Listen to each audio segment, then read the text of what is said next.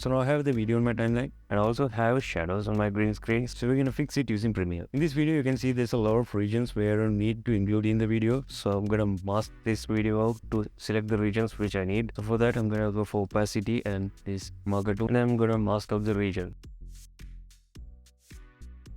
Now we're going to go to effects and then search for ultra key. Drag this effect onto the video. In this video, you can see there's a lot of regions with green, with like you can see the reflection of the green screen on my laptop and then my desk. So when I apply effects onto the video, they definitely key out these regions also. So I don't need to do that. I just need to key out these regions with green screen. So for that, I'm just gonna select this marker tool and then select the region with green screen only, and then we can click on this pen tool, and then when you press Ctrl and hold it, you can see that the pen tool gets bigger because it's selecting a larger region. So it's not selecting the single color, it's just selecting a range of colors, so it'll key out the green screen better. When you're picking the color in the green screen, make sure to pick the color with kind of a darker region because it will key out the green screen better. And then we can select output to be alpha channel, and then we can see the regions where green screen is keyed out in these black regions and the subject is in the white. Let's go for map generation and then use these 4 tools to control the amount of green screen that's keyed out. And now we can see that our green screen is completely keyed out, and now we can select output to composite, and we can use map cleanup options to remove some of the green screen which are present in the borders of our video. Like you can see that there's a slight amount of green screen on my chair also. I can just use this feature